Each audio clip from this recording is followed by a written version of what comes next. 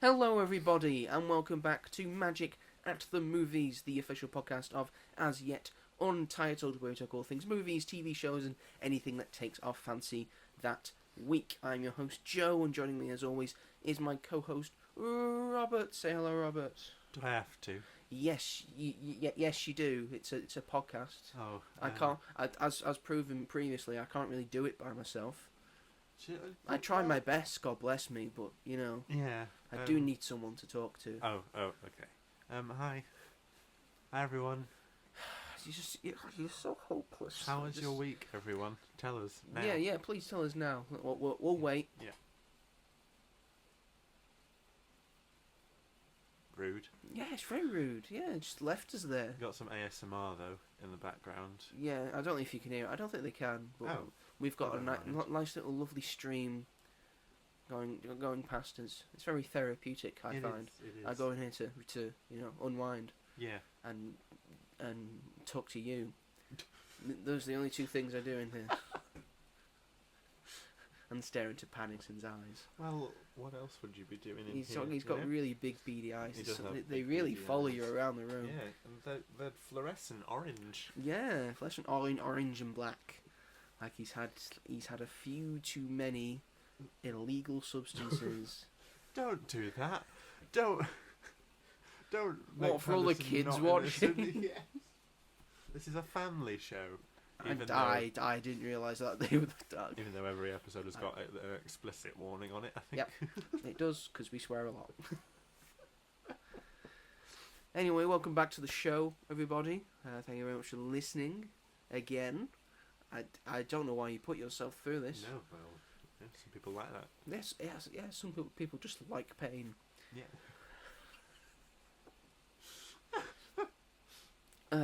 We are going to be talking about mostly We Live in Time, because we've both seen it. Yep. And then I'm going to be talking a little bit about Nosferatu, and Robert is going to be talking a little bit about Better Man. Yep. Because I've seen Nosferatu and he has seen Better Man. Yep. That's how it's going to go. That's going to be the main section of the show. But first, we're going to start off the podcast like we always do with our opening segment of the show, which is... What have you been up to this week? Beautiful. Thank you. It's beautiful constantly. So what have you been up to this week, Robert? So because it's the start of the new year, nothing much. I've been at the cinema. Oh yeah, well, yesterday I went to the Everyman for the first time. Yes, for Which is very everyone exciting. not in the UK, and Yeah. Everyman is a very bougie Yes. cinema very. establishment that has like a bar and a kitchen, Yeah. and the tickets are a bit more expensive, but with that you get you're able to buy lavish drinks and cocktails and wine and beer and all that, and you're also able to order a meal. Yeah. Like I normally get a cheeseburger with chips there. It annoys the hell out of people everywhere. You can also get the typical cinema faring stuff. Like you can get nachos, you can get popcorn and all that jazz. Yeah. But if you can get a cheeseburger, you're gonna get a cheeseburger. Aren't you? And why would, if you're going to be annoyed by that, don't go to an Everyman. Yeah, exactly. Do you know what I mean? Yeah. Right. And they're all like very comfy chairs. It's like it's big. They're all like sort of like Sofas or like armchairs. sofas and armchairs. So it's like you're watching it at home. Yeah. And it's so comfortable. Yes. So comfortable. I don't think I Oh can no, ever it's go getting to you. back. You can. I don't can. think so. Slump down. Oh, I go to an so Everyman good. with the comfiest chairs, and I get a burger out of it. I go to the View Yeah. that has the nice recliners, Does have a nice recliner? and then I also go to another View and the Odeon Yeah. where the chairs are dog shit, Yeah. but there's a lot of them. Yeah, that's the thing, isn't it? If it's nice Yeah. chairs, then Nice it's chairs limited. is limited seating. seating. Yeah. Very nice. But it was just lovely. I walked in and I was like, oh my god. This is your first time at an Everyman, wasn't Yeah. it? And I was so, just by like the interior design initially, I Yeah, was just like, whoa. It looks lovely, yeah. And then I saw like a leaflet with Renee Zellweger's face on it for Bridget Jones, and I was like, I need that in my life. Yeah, they So- do the nice like leaflets and what's Yeah. coming up, yeah. Like lovely thick booklet of and like full on descriptions, and like if you like this, you'll like really cool. Yeah. And like the toilets were lush. And I've never heard a toilet being described as lush before. First Must be my age kicking in. But yeah, I saw Wicked for the 4th time. I wanted to see it because a friend of mine hadn't seen it. And I knew that she'd like it. So I was like, let's do it. Let's go do the Edinburgh and do the full experience. We had a bottle of wine between us. We had some like nibbly bits. And oh my god! And I could feel the alcohol on it, but it just made the experience better by about like because you've had half a bottle of wine. Yeah, exactly. So it sort of hit, and then it hit us right at the end. I saw my friend crying, so then that set me off, and we were sort of sat there just crying, or else the credits rolled. Really, like I love you. Like this is just half a bottle of wine. Like it's not that much alcohol. So you're saying you can't hold your liquor, is what I'm hearing. Yeah, it doesn't bode well for the movie marathons we're planning. Where I will be advising some drinking rules. We went for a beer afterwards as well. And you went for a beer afterwards? Wow. Yeah, next door they had a really nice bar. And like it had like a sliding door that opened, and it felt like going into the Emerald City. And we were like, "Oh my god, this is what it feels." You're impressed by the sliding door. But it wasn't just like a normal like automatic door. It was like a glass that just like went whew, like a Bond secret lair. And we walked in, and it was massive, and like it had like the bar was in the middle, and it was in a circle, and I was like, "One short day in." I was like, I know how they feel now in that moment. Maybe it's not what quite you've described doesn't sound impressive at all. Well, you need to go. Because if it's at the Everyman and it's close to the Everyman where that is, right next I'm door. pretty sure I've been there. Yeah, and I know what it is. Yeah. It's not impressive, Robert. It looks nice. It's nicer than most places. That's your opinion. But yeah, it was fun to see one of my favourite films. Well, our favourite film of last year as well. It was, yeah. In the best way possible, really. The most expensive, but best way. Most comfortable way possible. Yes, I think is the we'll best say way most to describe comfortable, it. yeah. But I loved it a lot. And then we watched Twilight that evening. End it on a high. Yeah, I think yes. Remember a bit in Twilight where he just does a big Muppet run up a hill? Yeah, it's incredible. And he said, what is it? He says, like, you think you can run like me or something like that? And he's so angry. Constantly just like, it's the most insane film ever made. Genuinely. Oh, I'm hideous. You're glowing. What do you mean you're hideous? You got abs. Of course you're not hideous. No one's hideous if they've got abs. People sat in a room and made these decisions. This is what I find hilarious. Someone wrote that book. Yeah. The front cover of the Twilight books is him holding the apple. It's the apple. In the film. Did people cheer when they saw him do that? The kick with the. I think they might have done. Like when Cap lifts the hammer in Endgame. Was it similar? Very similar. Similar thing, I think. But each time I watch that film, the more I love it because of just how purely there isn't another film like it. Not even the other ones are as insane as the first one, I don't think. They're Not still true. pretty insane. Not true. Well, they don't I'd give you like 5 filter. reasons. I said to my friend, do the vampires live in Fork because it is never sunny and it's always dull and there's always clouds? Because they never, if they were out in the daytime, they'd sparkle. That's why you think they'd live in Scotland. Yeah, well, exactly. And again, and Transylvania, which I hear isn't sunny that much. No. So why are they just here? But there's no virgins in Scotland, is there? Oh, what a masterpiece! Nosferatu, I agree. Very similar films. Similar, yeah. Similar in terms of genre, yeah. And visuals. I'll give you that. Yeah, I remember that bit in Nosferatu where he did a big Muppet run up a hill. He jumped out his bedroom window with her on his back and said, "Hold on, spider monkey," and ran up the tree.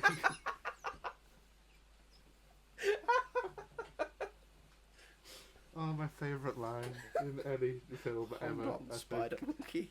I think it's hold on, it might be something different, but he says Spider Monkey. And the ending where it says, oh, bite me, make me a vampire. Nah, let's do kissing.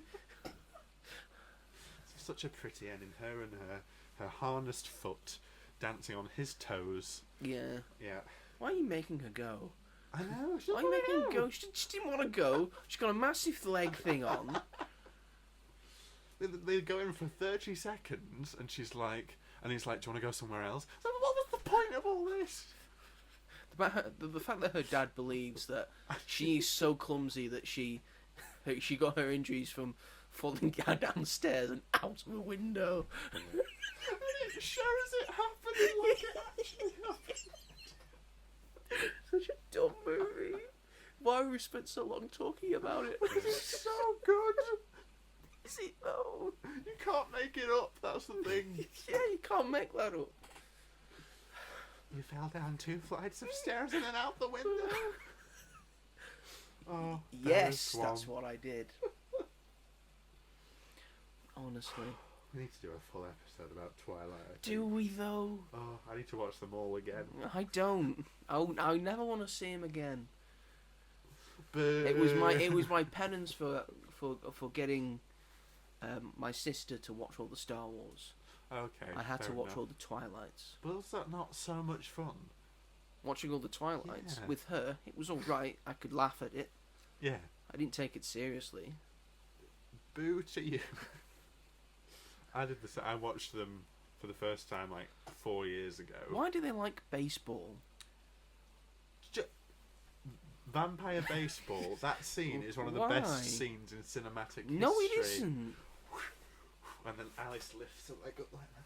Yeah, makes some great snapshots. And it's all like, ooh, the camera's like tilted, and the music that's going. Paramore has like a few songs in that film. That's how good it is. What time is it? Oh, it's 6:50.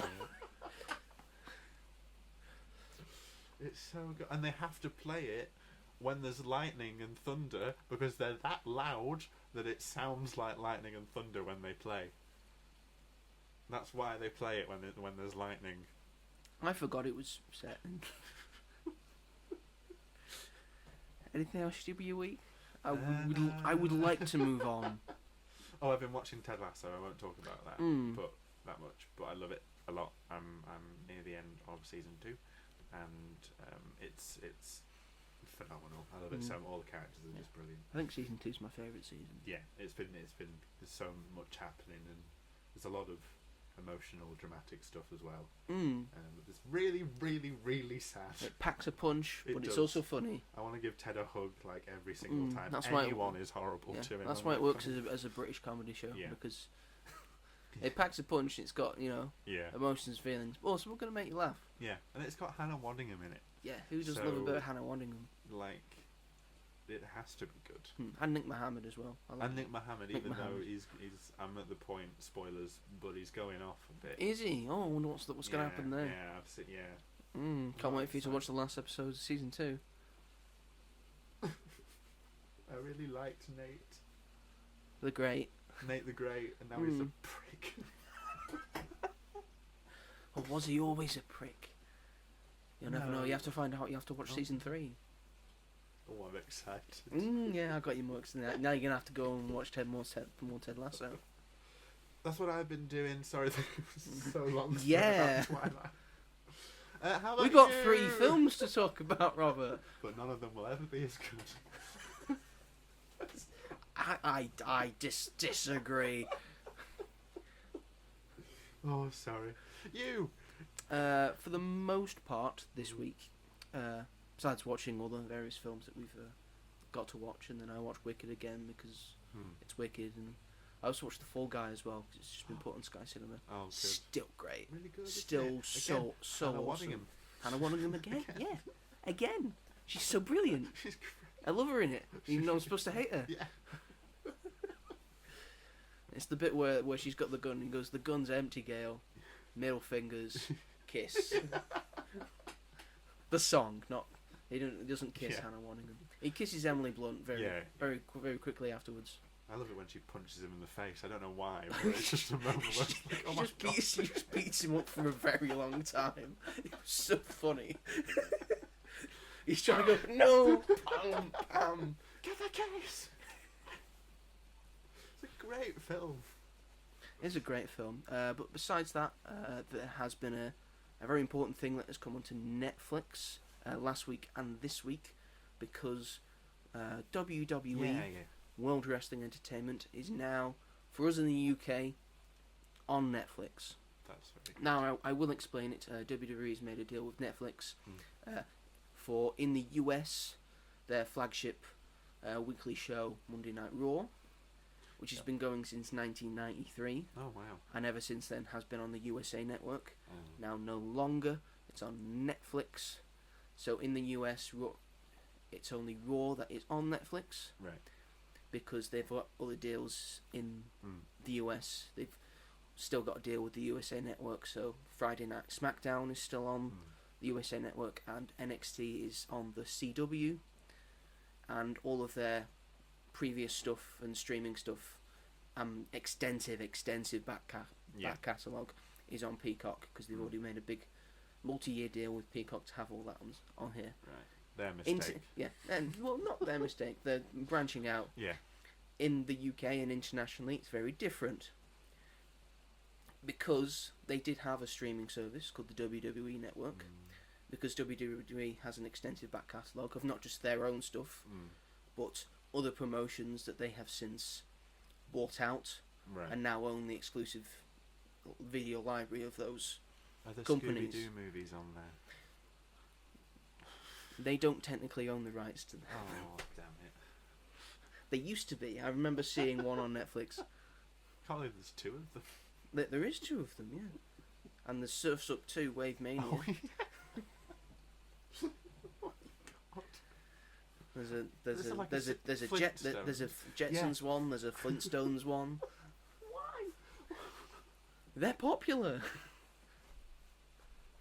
WWE is popular. Oh, so internationally, they had the WWE Network in the US, but then they scrapped it because they made a deal with Peacock. So now all their stuff is on Peacock. Right. But we don't have Peacock internationally and in the UK, so the WWE Network stayed. If you don't know what that is, it's essentially the Netflix of wrestling.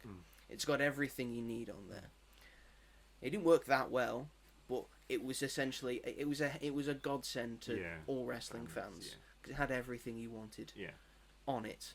So all the WWE stuff and WCW and ECW and stuff from the 80s and the 70s, and just a very extensive back catalogue of wrestling.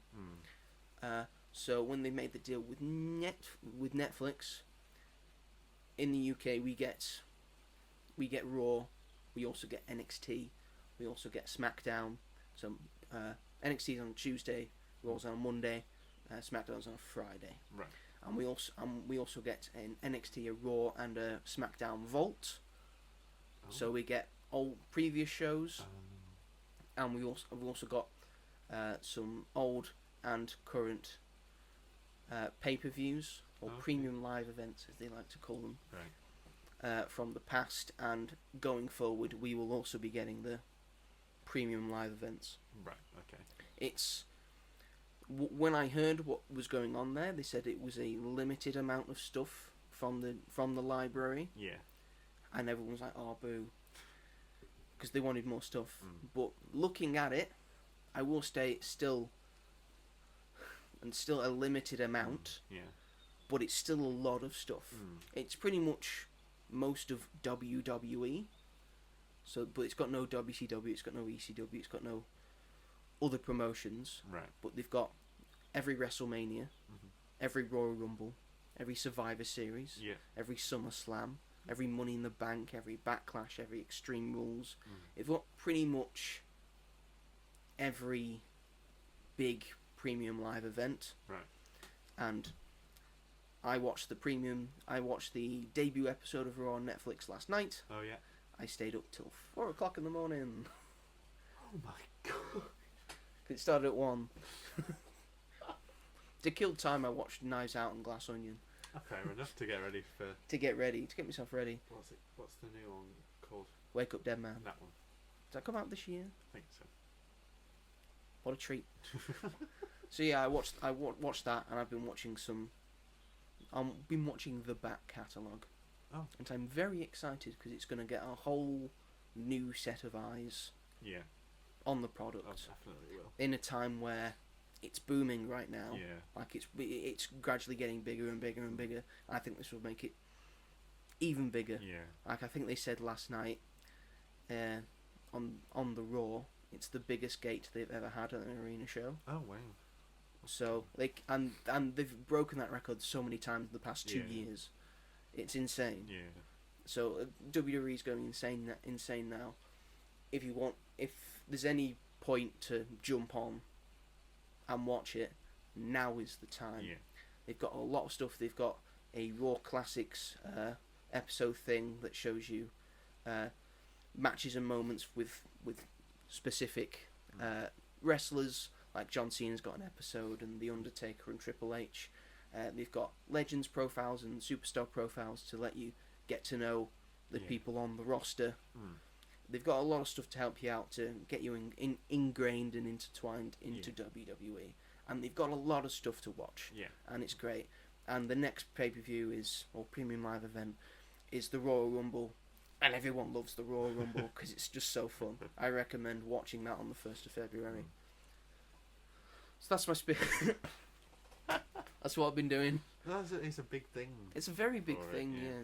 Especially something that you're so connected to. Yes, and more stuff is coming. Yeah. It's like we'll be bringing more stuff from the back catalogue gradually. This I is think. just the beginning. And it's going to have a premium live event every month. Yeah. 3 weekly live shows, which is new for Netflix.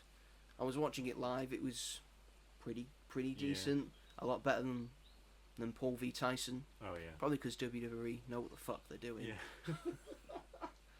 Like, oh yeah, we know. We've been doing this a while. We know how to handle live TV. Yeah. So yeah, give it a watch. Yeah. If like you've liked soap operas in the past, but you're down on soap operas now, this is perfect for you. What do you mean, like soap opera? It's like it's a soap opera with violence. That's what wrestling is. Okay. Yeah. There's blood feuds and fights for titles, and there's funny moments and there's terrifying moments. Yeah. It's got a bit of everything. Yeah. It does sound like it. Yeah, I'll stop beating the dead horse now. You never know. I'm clearly very passionate. If this gets at least one person to watch it, I'm fine. There you go. That was fine. Just give it a try. Is all I'm saying. There's a lot to start with. Sounds. There's a lot you can start with, by the sounds of it. Yes, there is a lot you can start with it. If you just want to watch WWE, you're pretty much all set. Yeah.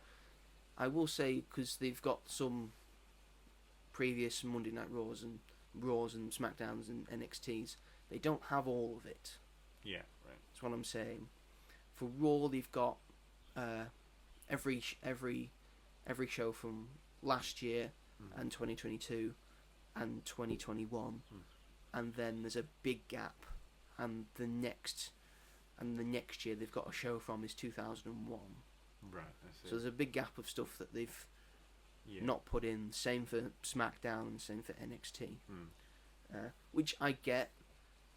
They've put like the first show on, and then they've put in a lot of the best episodes, and they've put in like the Attitude Era, which is one of the biggest eras for wrestling. So that makes sense. Yeah. And you can't, and they didn't want to put everything on it, which is fine. Yeah. They will eventually, I imagine. Yeah, they probably will. If you're a masochist, you can just watch all of Monday Night Raw if you want. Why not? Yeah. It only started in like 1993. Oh, so really? there's a lot of WWE that took place before that. Oh, right. Oh, wow. But if you want to skip that, that's fine, because all the stuff before that contains a lot of Hulk Hogan. Do we not like Hulk Hogan? Considering he supported Donald J. Trump, Yeah, he actually know. he actually turned up on last night's show. Oh He yeah. got booed out of the building.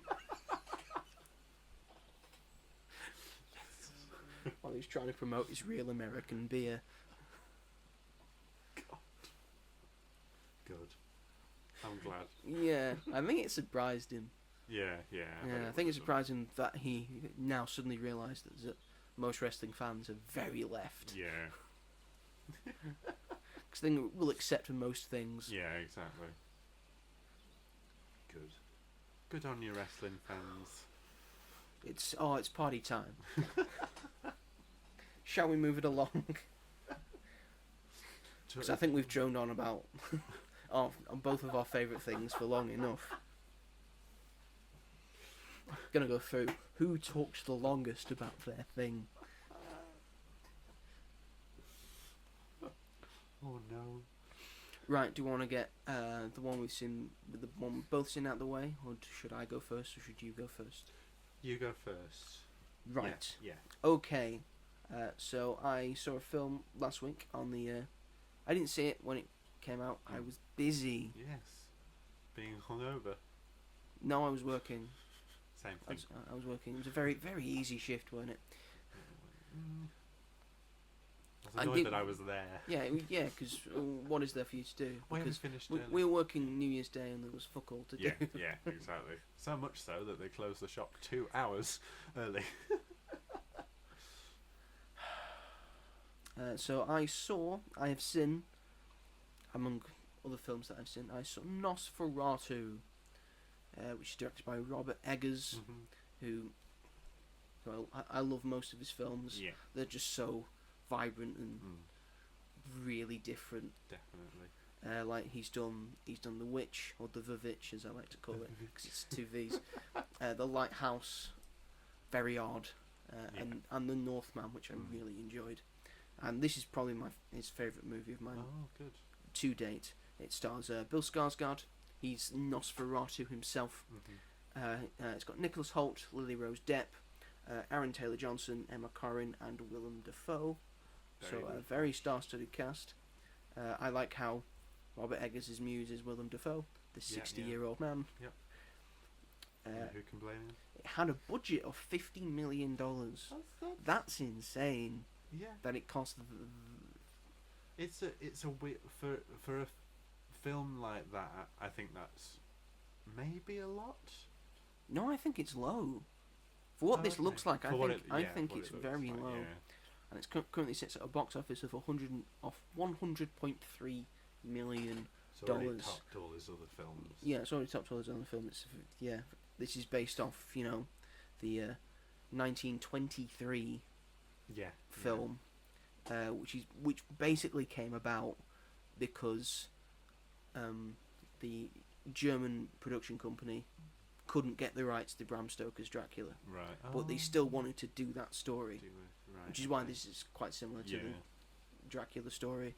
So they just had to make a vampire, and they made Nosferatu. There we are, and that's how it played out. Yeah. The Bram Stoker estate tried to sue him, didn't work out for him.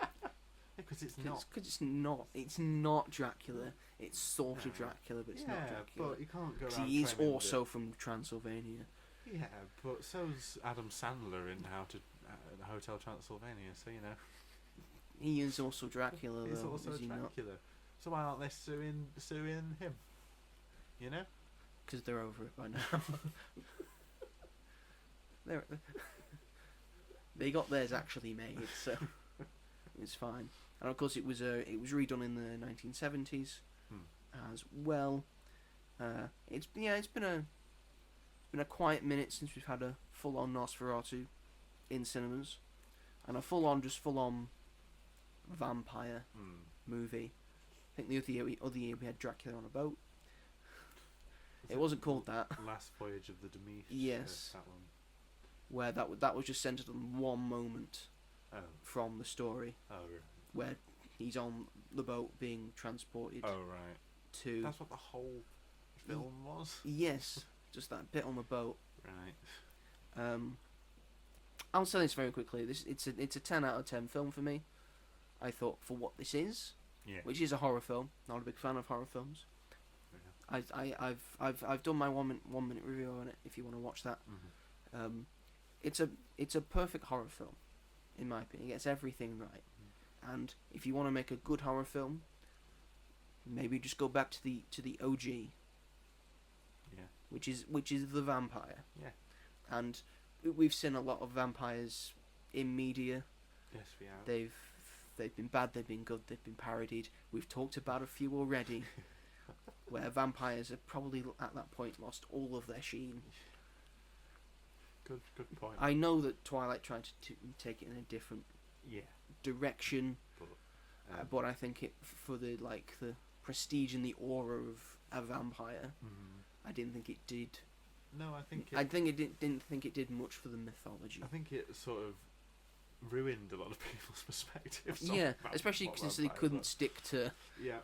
what powers a vampire has. Like in the first one, they can be seen in mirrors, but in the second one, they can't be seen Yeah. in It mirrors. doesn't make any sense at all. In the first one, they're just made of flesh and blood. In the second and third one, they're Yeah. made out of glass. Yeah. Yeah. They don't disintegrate. They sparkle. They sparkle. They burn very easily. Yep. They go up in flames like very quickly. Oh, This has definitely given vampires its aura back. good. I thought while I was watching that, this has made me scared of vampires again. Oh right. Well, that's the intention. As I isn't it? should be. I could for like 2 days I couldn't sleep on my back Really? with my belly showing. I had to sleep on my side because of what happens in the film. Oh no. Because unlike most vampires, he doesn't go for the neck. He goes to there, Oh. right in the belly.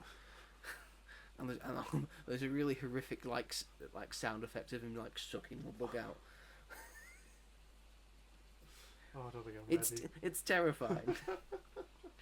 But this film looks so beautiful. Yeah. It's so visually pleasant to watch. So stylized. There's a lot of black and white bits that they're not really black and white bits. They've just been made that because it's darkness, Right. and it's actually you're able to see it, Which helps. which helps because modern cinema when it's Yeah. dark, not when it's dark, hardly able to see. You can Yeah. see this very clearly. Yeah. Which is good. Like we did in the 40s. Yeah. So we've obviously just done that again. Yeah. It works. The performance in this are all astounding. I think Bill Skarsgård does great as Yeah. Nosferatu. You don't think it is Bill Skarsgård, in fact. Nicholas Hoult, very sweaty. lot of very good sweaty acting. Willem Dafoe, I think, is great in this. Emma Corrin and Aaron Taylor Johnson, I think, are very good as side characters. Yeah. But the standout here for me is Lily Rose Depp, who is just performing on another level, and the fact that hers it's a very physical Right. performance that Yeah. she has to put on, and she does such an incredible job. And there were just moments in it where you just see that she's definitely Johnny Depp's son. Yeah. Yeah. Like there's a moment where she's got like a close up and it's like her like sort of like scowling. And I think that that's Johnny Depp's son. Daughter, sorry, daughter. Because she just looks like Johnny Yeah. Depp. And if she has even half the talent that he does, Mhm. she's going to do very well. I cannot wait for what she does next. Yeah. She's astounding in this. I think the editing and cinematography in this film are the best thing about it. Like it's got so many great panning and tracking shots Yeah. that just go upwards and they just follow, and it's like a great wanna, and like they're going around, and there's just some black darkness space Yeah. that Nosferatu might be in. Yeah. Something might be there, and that puts you even more on edge because it's not jump scares all the time. Yeah. This film, it's got jump scares in it, a few, but they're done very well. Right. And I think just the aura and the atmosphere of the film makes it more terrifying. Right. Yeah. again, this I'm going back to the cinematography. It's incredible. There are so many shots that will probably become iconic in this. Like the shot, it's in the trailer. The shadow of Nosferatu's hand going over the entire city. That's really cool. Oh, it's insane, and the panning of it, it's just incredible. I could talk for hours about how good the camera work is in this.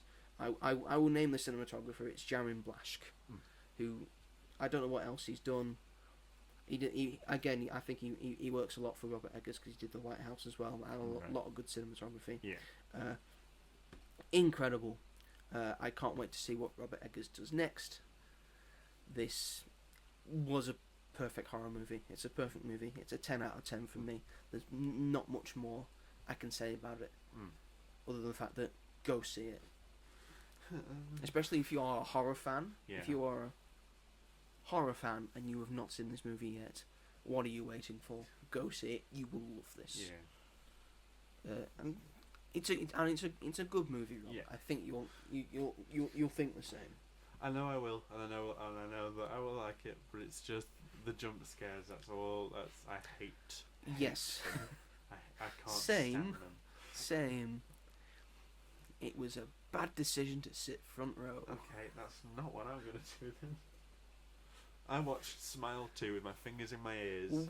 Why? I don't understand. I still don't understand why you went and saw that. Because I saw the first one and I thought it was quite good, and I did the same. Where in that did as you well. see that though? View. Smile 1? Yeah. And then Oh, so you saw 2. Smile 1 in the cinema? Yeah. Okay. But I was still terrified. Yeah, no shit, it's a horror film. That's what it's there for. I don't understand how people are entertained by being scared. No. Unless you're not scared of it, like my sister who just laughs at it. This is hilarious. I know I keep bringing up Hannah Waddingham, but I'm going to bring it up again. She said that she doesn't understand people like that people are psychopaths who enjoy horror films, who get a kick out of. I agree. But every once in a while, it produces an absolutely stellar piece of filmmaking. Yeah. So I would say, I mostly agree with Hannah Waddingham there. Yeah. But I think it's still a viable genre. Yeah, definitely. It's very much a viable genre for Hollywood because you can do it low budget and it makes a ton of money. Yeah. I think there's a certain point with horror films. Like I think, like Saw, even though I've enjoyed 2 of the ones that I've seen. I like the first one. Yeah. I haven't really watched or seen Don't any bother. other. I know. Don't bother. Watch Saw 10. I don't want to. It's really good. I don't want to. You can't force me to do anything, Robert. That's a good point. You haven't got the muscle. No, I actually don't. That's very true. You've got the height, but that's not really. It's not enough, is It's it? not that enough. makes me more of a target, if I'm honest. Yeah, it just makes people think that you're unbalanced. Yeah, which is true. You can topple over very easily. Bambi on ice. Exactly. I'd love to see you on ice skates. No, that's one thing I will never do ever. Yeah. So make sure you ever go, put your fists together when you stand up, so people don't chop them off. Terrifying. Yeah. It's not terrifying if you just put your fists together. It's terrifying if you do that because you're living on the edge. Don't live on the edge when you're when you're on the rink. You're on the ring. But yeah, Nosferatu, highly recommended. Yeah. Do you want to do your film? Yes. So I did a double bill of Better Man and We Live in Time. I'm not talking about that one yet. I know. I'm just saying that's where I saw it. So I watched Better Man first, and I think that this is one of the best musical biopics ever. So I've been told. It is an odd concept, him as a monkey, and it isn't explained in the film, apart from the fact that Robbie Williams has said that he's always felt like a performing monkey, and that's why it's a monkey. But I think if it was a person, it doesn't work as well. Yeah. It would just be as bland and generic as. Not that the actual film is, but this actually goes the length with its fantasy sequences and its metaphors, and that's what made it stand out. There's a scene where he's fighting with other versions of himself near the end of the film, like an actual battle. Like, it's like Planet of the Apes, basically. And it really took me by surprise. And my friend thought it was stupid, but I was like, what other biopic do you know that would do something like that? Yeah. And it has... Only Rocket Man, I think. Yeah, this feels very much like Rocket Man, because it goes that extra mile to actually create something that isn't just, here's the story. That's why I'm not looking forward to the Bob Dylan film, because it just looks like every other biopic that we've seen. But browner. Literally. Yeah, and this was just, it was so much better than I thought it was going to be. I didn't think it was going to be bad, but I can't, the musical sequences in this, Rock DJ, that whole musical number in this, incredible. One of the best musical sequences. Yeah. I didn't want it to end. Yeah, I've seen that sequence. Yeah. It's astounding to watch. It was, and seeing that in the cinema as well. Like, this is musicals. This is like they're giving them the treatment that they're supposed to have, and this is for a Robbie Williams. Take that story. Not take that's a little part of it, but you have to tell that, don't you? Of course, yeah, that's like a big part of his life. It's what he calls what is known as the take that effect. Yes. Yeah. Of a band member leaves, they do one more album, and then they call it quits for a bit. Then they come back. Yeah. Happened the same with One Direction. Yeah, that's true. Happened the same with Little Mix. Yeah, it's like a curse of some kind. Mm-hmm. Yeah. But it's just all the way through. It's so funny as well. It's especially at the beginning when he's a child. And like, it's got that. It'll have that British. Yeah. Humour. Well, he grew up in Stoke-on-Trent, so yeah. Like, it's very much like northern, like our sort of thing. They call each other like twats and tits, and it just made me giggle. Oh, like we do. We can't stop calling each other twats. Oh. But yeah, and then it's got a lot of emotion to it as well. It's brutally honest. I once had my mouth washed out with soap because I said twat. I was 10. I was put on the naughty step for saying pillock when I was young. Wow. I never did it again. We're different. We were playing Monopoly, and I just, Joe. I landed on one of my brother's pieces. I just went, "Oh, you twat!" And it just slipped out. It just slipped out. And then the Monopoly game stopped. Yes, it did. And you've never played There's a Monopoly. second one I thought, oh, why is no one... why is everyone looking at me? Oh, shit. I said the T word. Naughty Joseph. Anyway, carry on.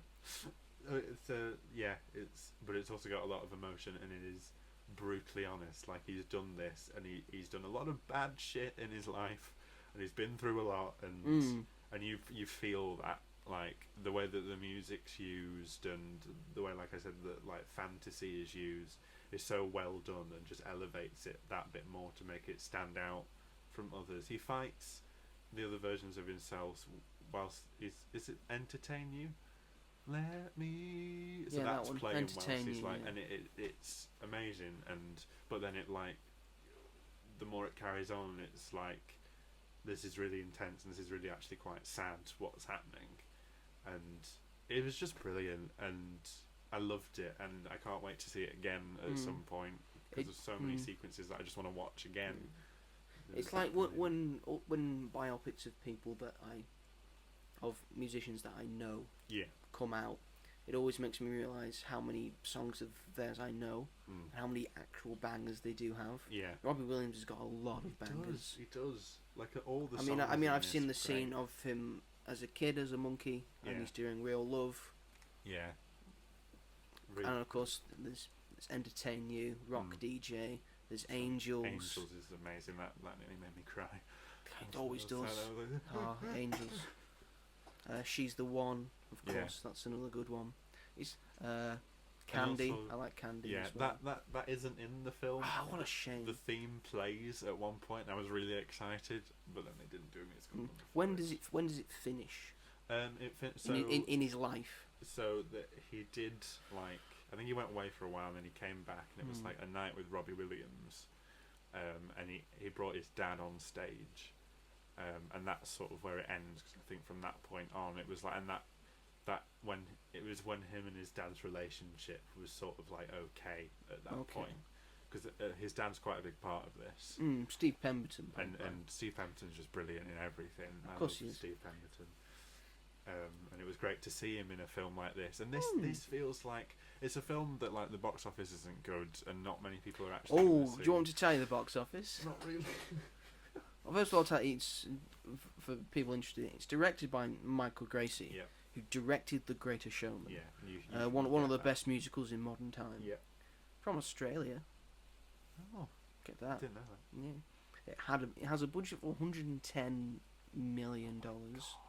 It has currently made 4.3. Jesus Christ. That's really, really bad. Yeah, and this came from a clip I saw on TikTok of another podcast talking about how much money that Better Man is making. Yeah. And it was a US podcast. So this is how much it made in a week in the US. Yeah. It made 780 grand. I don't think it's gone fully wide in America yet, though. I think it's been it's only select cinemas. It's like it's wide this weekend. Yeah, for America. it's wide for us here. Yeah, but we obviously haven't been seeing it either. And we're the target for it. We're the target audience. Like Paddington in Peru made 40 million just in the UK just alone in the UK. On its first weekend, and that's like the biggest opening in a while for and biggest UK opening. Yeah. Yeah. So it's just weird. Yeah. It was always going to be a risk. Definitely. Making a movie. I feel like people don't know. Making a biopic about a musician. Yeah.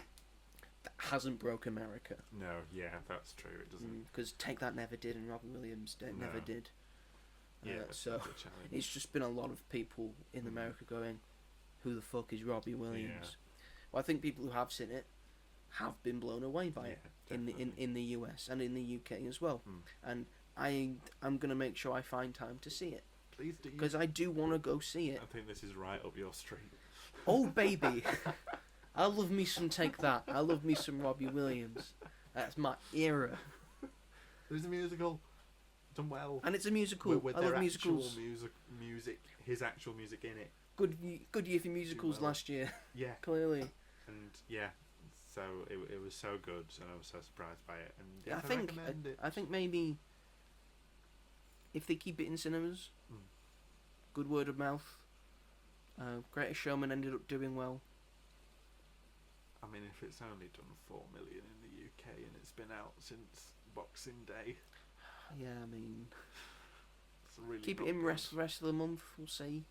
But we were also the only people in the cinema as well, which is just sad that like that goes the extra mile, and they've put like a lot of effort and a lot of time and money into it, and no one's going to see it, even though it's like, well, personally, from what I've seen in terms of biopics, I'd argue it's better than a lot that are out there. And the idea that they turned him into a monkey to get more eyes on it, and then to get people to watch it.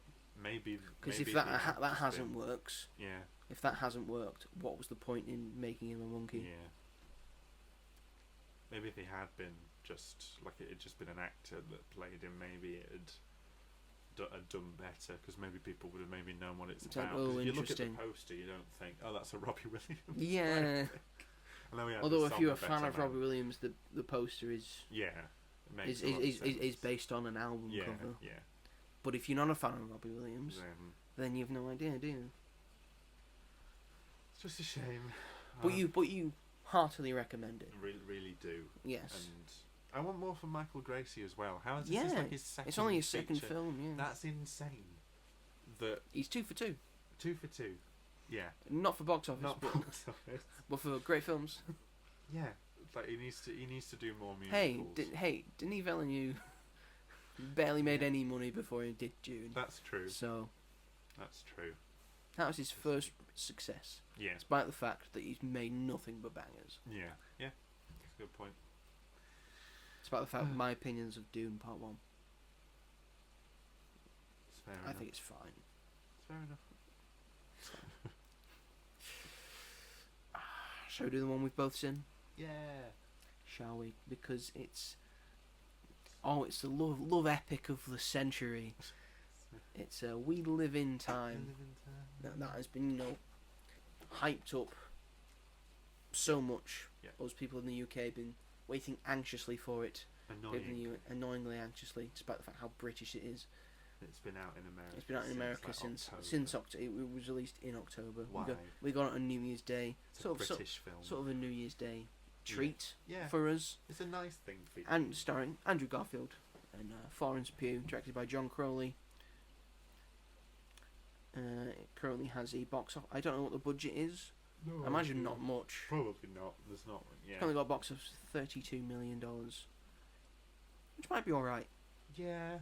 I don't think it never really connected in America. No one really talked about it. Like, it was a film that, like, a lot of people that are fans of those two, like we are, like, oh my god, this is gonna be so good, and like, but then no word of mouth. Like, it was technically released on the 6th of September 2024.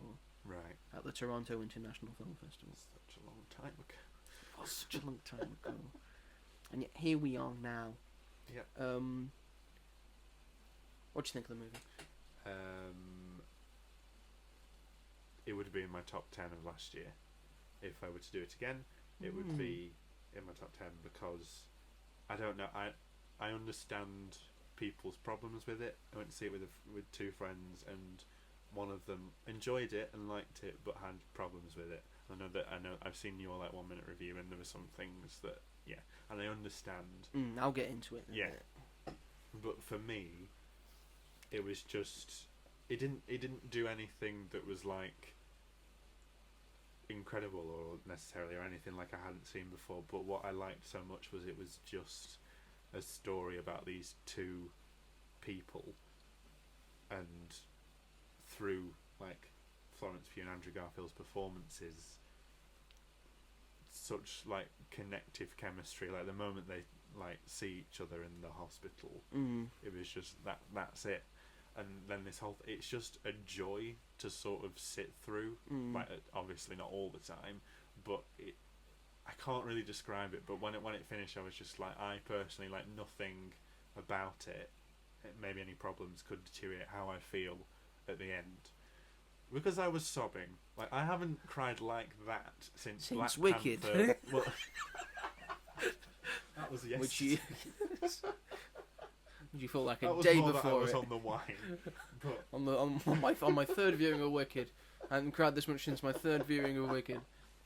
I haven't I cried at Wicked. Don't get me wrong. And What's the most you've seen a film? The most I said in cinemas. Mamma Mia, Here We Go Again. Oh God. 7 times. Switch 7 times. Oh, you've got me beat. I saw Avengers: Infinity War 6 times. Actually, no, it was 7 times because I saw it 6 times initially. Yeah. And then I did the Endgame double bill, and that was my 7th time. I did a double bill with the first Mamma Mia. That's how I saw it for the 7th time. Closely followed by Matilda the Musical and Bohemian Rhapsody.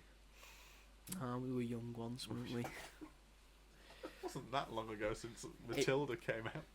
When did that come out? Like 2 years ago. No, it didn't. I don't believe you. Came out ages ago. Does feel like that, to be fair. Yeah. But I like I haven't cried to that extent since Black Panther Wakanda Forever. Yeah. For me personally, which is a whole other story. But this it was just like it just hit me at the end when the competition finishes, and then they go off and do the thing, and I was like, the thing. Oh my god, this is like, and I was absolutely gone, and like for the rest of the film, and I was like, that whole film was just so beautiful, and I can't describe it, and like I don't even, like I've said, I don't feel like it's a massive cinematic like achievement, but just for like the story and the characters and the performances, I'm just like I can't give it anything less because it comes from such a good place, and I know a lot of people are going to be able to relate to it as well, because everyone knows someone who has cancer. Yeah. That's what I struggled with when I tried to do my review. Yeah. Because I was just thinking it's just a very beautiful, hard to describe Yeah, definitely. movie, so I struggled to like find stuff to talk Yeah. about it. Yeah, I eventually did it, but Yeah. it was a bigger struggle than the Nosferatu one was. Yeah, I get what you mean. There are some of those films where you watch them and you're like, I loved that, but I don't really know what to say about it. Yeah. And that very much felt like it. But that's not necessarily a bad thing. That's No. because like you've enjoyed it and you've sort of gone through the motions, and it's like you've just I don't feel enjoyed the need to the whole explain. experience. Yeah, like I don't need to explain it. Like it just is what that is like, and sometimes that's a personal thing. But yeah, and I know like it's a bit up and down. Some people like the non-linear narrative, some people don't. I personally thought it really worked because it was sort of like you got to see them at like a pivotal point in their life, and then it was like feeding you how they got together and bringing it to present day. And I thought that sort of really worked, and every time you'd go back to present day you knew a bit more about them, and it was just, I think it was a more interesting a way to tell the story rather than just doing it. But I understand why people wouldn't take to it as well. But yeah, I loved it a lot. I've debated seeing it again. I'm like, do I want to cry my eyes out again? But I also really want to watch it again because it is just so great. And though I can't get over those two and how incredible they are and how incredible they are together. And yeah, love it a lot. I'll start with the chemistry between Pugh and Garfield was off the charts. Yeah, I think they're just really melded. They really melded together. Yeah. Well, so well that Andrew Garfield's girlfriend left him. You didn't find out about that? No. No. Yeah, because the thing come out of the sex scene that they did where they didn't hear cut, and then a few days later, it turns out Andrew Garfield's single now. They might have genuinely just not heard it. But yeah, they didn't hear it because they were too busy getting it on. Well, Florence Pugh's with Zach Braff. Yeah, from Peaky Blinders. Yeah. She wasn't at that point. Oh, I see. She wasn't when they filmed it, so Ooh. it's not as bad. It's fine. Oh, well, I say The sex scenes and the erotic moments are yeah. very well done. But I think there's something with that because it's like we don't know, but it must be so difficult to. Thanks. No. I mean, we don't know. Hey, I get some. No, I get some. I mean, having been I'm not forced, lonely. You know what I mean? In like the terms No, I of don't. doing it for a film. Like we don't know what it's Just like. because your girlfriend's your hand. She's very satisfied. Thank you very much.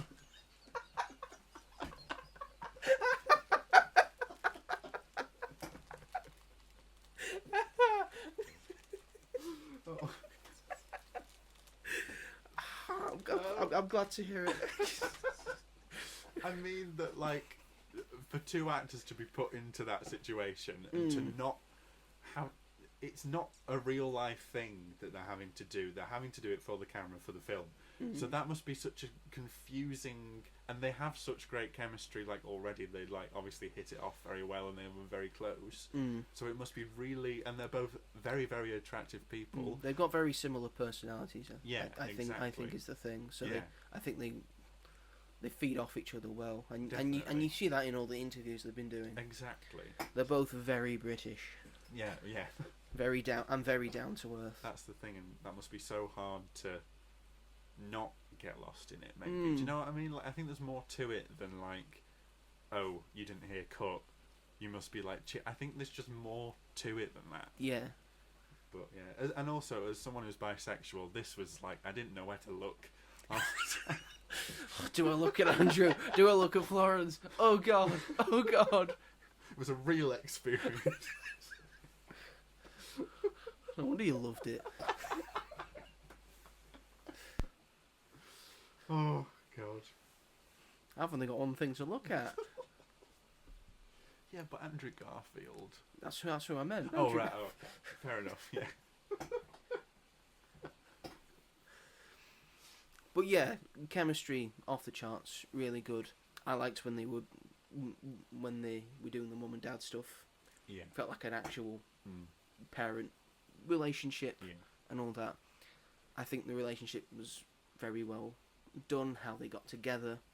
Again, I wasn't a huge fan of the non-linear narrative. I see why they did it. Yeah. But I think it just it made it a bit too confusing at points. That's me personally. Yeah, that's right. I think it still works for the film. I would have liked Andrew Garfield's character to have more to do. I know. He just seems like he just fades into the background because it starts to become more about her. Yeah. Which makes sense because she wants to be a big chef in this competition, but she's also doing it while she's got an ovarian cancer. Hers is the big main proper story. But you started off well with Andrew Garfield saying he works for Weetabix, which is fun, and he gets complimentary Weetabix.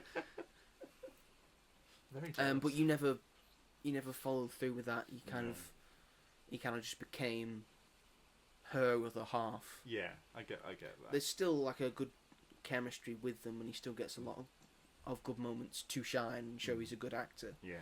But I think his character needed a bit more. Yeah. But I did enjoy how he was getting a divorce. That's how they got together. Yeah. I wish a girl would hit me with a car. If it's going to turn into a lifelong relationship, please, someone hit me with a car again. I'll be on the road. Let it be a woman this time, not someone just looks like an older version of me. Maybe it is you. Maybe it was me. Maybe I need to go out and maybe I need to go out and hit a child. and then get him a Yorkie Easter egg. You never know. I had a mug and everything. I remember those Easter eggs and you got mugs with them. Great. I think the best thing I enjoyed about this, my favourite scene was when she had to give birth in the petrol station. Yeah. It was just so very well done, very dramatic, very funny. Yeah. It just seemed so very English and British, because they both seem just very awkward. Yeah.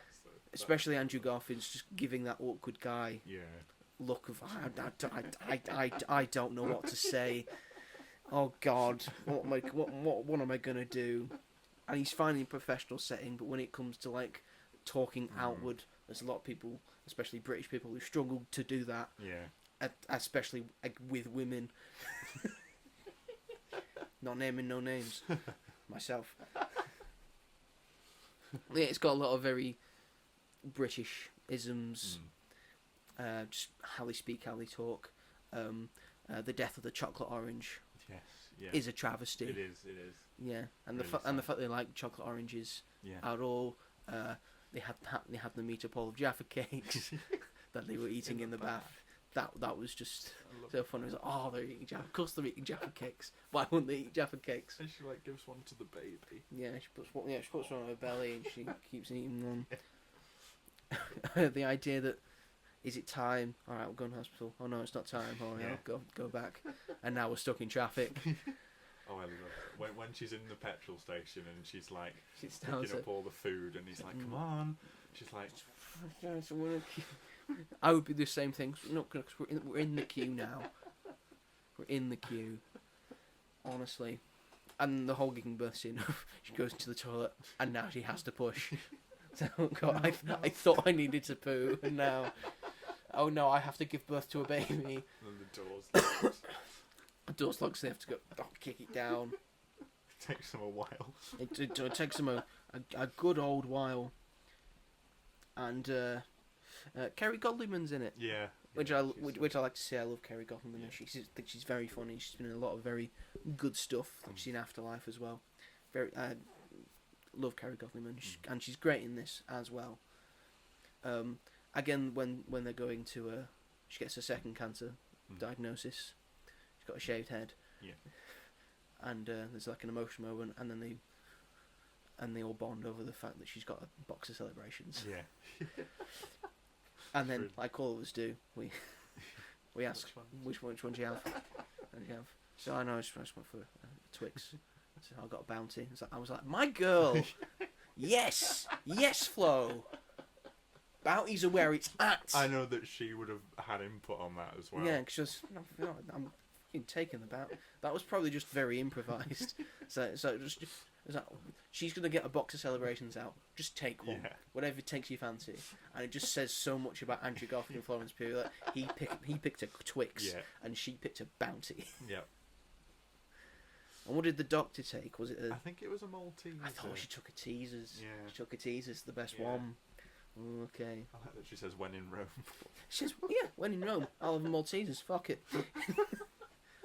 Again, very British. Yeah. It's my favourite thing about the film, how British it is. Yeah. The relationship between Florence Pugh and Andrew Garfield's characters, and the soundtrack I really liked. Yeah.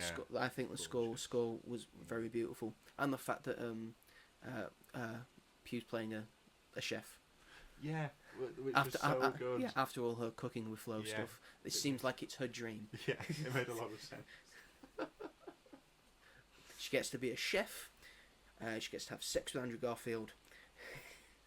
She gets to eat Celebrations. She gets to eat Celebrations and Jaffa cakes and chocolate oranges. She gets to be pregnant in it. She gets to give birth in a petrol station. She gets to shave her head. Shave her head. Yeah, Which she actually did. Yeah, I think she had a whale of a time doing this film. So yeah, it had a few missteps for me, but overall, I thoroughly enjoyed it. I enjoyed my viewing experience of We Live in Time. Yeah.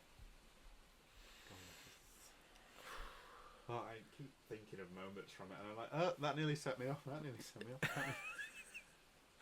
It's when she has a shaved head, and a daughter says to her, "You look beautiful," and it's just God. At that point, I was like, oh God, this isn't even going to be the worst thing, and I'm not ready, and I wasn't. Films are cruel. But also great. They are. Great. 3 great films. Yeah. With some varying degrees of success. Yes. Anyway, is that the show? That's the show. Thank you very much, everyone, for watching and listening, depending on where you are watching and listening this from. We are available on the YouTubes, so if you're watching this on YouTube, please feel free to like and subscribe and push the bell notification on As Yet Untitled so you never miss an episode of this show and any future things we do. If you are available to listen to this on Spotify and Apple Podcasts and Amazon Music and Sony Podcasts and pretty much wherever you get your podcasts from, you can contact us on the show via YouTube comments, Spotify comments on there. We'll try and get to them. We can also contact us on Instagram. I'm the Mighty Joe 888. Robert is robghall, I think. It is. It's correct. Okay, thank you very much. We are now also available on Blue Sky. If you want to give us a follow there, we'll be posting things soon. Soon. We will. Soon. Up your panty. I've got Scottish heritage. That's why. Can't you tell? I know you can't hear it. Yeah. He's ginger, by the way. Yeah, I could be Scottish or Irish. You could be. Or English. We've all got crap weather. Do you know just how you get a ginger? You just need crap weather. That's a very good point. I might take that into consideration. Yeah, you don't see any gingers in Africa, do you? Also a very good point. But that's what I'm saying. That's what I'm saying. You need it damp and lukewarm. England, perfect. UK, perfect for it. So yeah, we'll be posting things, and we'll probably do a little introductory video for it as well. We'll film that in a minute. Yeah. Is that the show though? That's the show. It's the show. I know I've already said that. Well, I don't want us to go around in circles. Next week, what we do? Well, Baby Girl comes out. Baby Girl does come out. As does A Real Pain. And Maria. Maria is in select cinemas. Yes. Like every art house king It's going film to be very difficult for me to watch it. I really want to watch Maria. It got put on Netflix last year. Why can't we just have the same thing? I'd rather see it in the cinema. Don't get me wrong. What got put on Netflix last year? Maria did in America. Oh, so we don't have it. Nope. It's not been released yet for us until Friday. Great. Arseholes. But I will try and see Real Pain, and I will try and see Baby Girl, at least. If I can see Maria, I will see it. Yes. But technically, Real Pain comes out for us tomorrow. Recording. Okay. Yeah, so I'll be seeing that then. Oh. I already got my tickets. So, I know, right? Look at me. I think I'm doing a double bill with a Real Pain and Baby Girl, because Real Pain's only an hour and a half, so Yes. nice and quick. Yes, I will try and get round to it, because I've got shit on Thursday, Friday. Fair enough. But anyway, thank you everyone for watching and listening. Yep. I've been Joe. He has been Robert. I have. He has indeed. And we will see you all in the next one. Goodbye. Goodbye. Watch better, man. Yes, do that. Anything else you want to add before we finish the show? And We Live in Time and Nosferatu. Yeah, watch all the things that we have said that you should watch already. And Twilight. No, don't watch Twilight. Watch WWE Monday Night Raw and NXT and SmackDown. There, got one over on you, bitch. Bye.